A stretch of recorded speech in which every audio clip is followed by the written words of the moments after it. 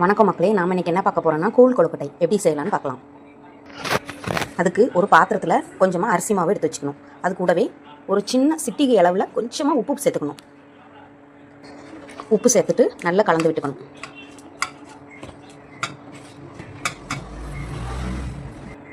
அது கூடவே ஒரு கப் அளவில் துருவின தேங்காய் சேர்த்துக்கணும்.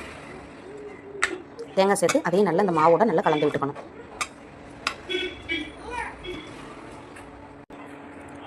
தேங்காய் சேர்த்து நல்லா பிசைஞ்சிக்கிட்டப்போ கொஞ்சம் கொஞ்சமாக தண்ணி சேர்த்து கொழுக்கட்டைக்கு மாவை பிடிக்கணும்.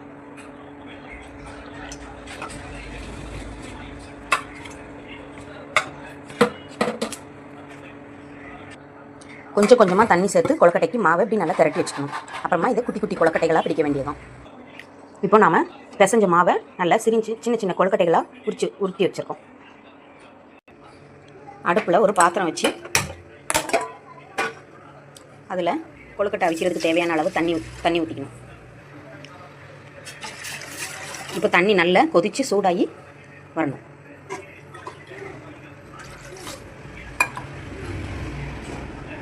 இப்போ தண்ணி நல்லா சூடாகி இப்படி கொதித்து வந்துருச்சு. இந்த டைம் நம்ம என்ன பண்ணுறோம், உருட்டி வச்ச கொழுக்கட்டை உருண்டைகளை இது உள்ளே போட போகிறோம்.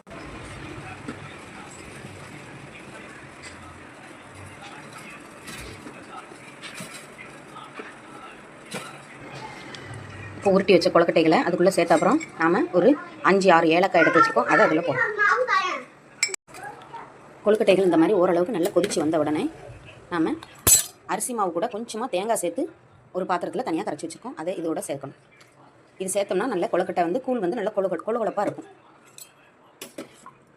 நல்லா கலந்து விட்டுக்கணும். அரிசி மாவு சேர்த்தப்பறம் நல்லா கலந்து விட்டுக்கணும். கொழுக்கட்டை நல்லா வெந்து வந்துருச்சு. இப்போ நம்ம லாஸ்ட்டாக இன்றைக்கி நான் இனிப்புக்காக நாட்டு சர்க்கரை எடுத்துருக்கேன். ஜீனி கூட யூஸ் பண்ணிக்கலாம்.